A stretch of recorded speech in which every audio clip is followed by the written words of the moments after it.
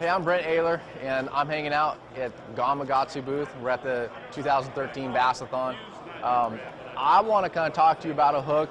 This is the weedless split shot drop shot hook that Gamakatsu makes. Now this hook right here is one of the best, if not, it's not one of, it is the best hook you can use to wacky rig a bait. Now what I will do is I'll take this hook right here and I will put it on a Yamamoto 5-inch Senko and I'll wacky rig it. And the thing that I like about that is this right here is an actual weed guard. It's very difficult to fish inside some sort of cover and wacky rig. To wacky rig a hook, that means that hook is always sticking through that bait. So by having this weed guard on here, I can now fish a wacky rig Senko in cover.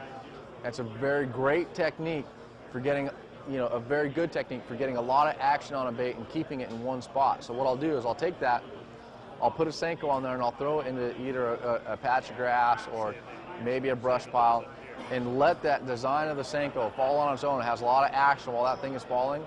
Let it fall on slack line. Now the nice thing about that is once it hits the bottom, I can sit there and shake it, and when I shake it, I can continue that action. Every time I pull on that bait, if you can imagine this is hooked right through the middle of the Senko.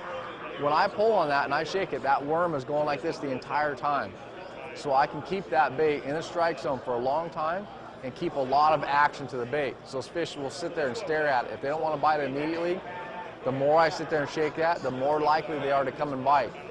And by having the weedless split shot drop shot hook, I can now cast that in cover. Whereas in the past, we couldn't throw it into any kind of cover. We had to throw it in open water because you would always get snagged, and now you won't. So the weedless split shot drop shot hook is a must-have.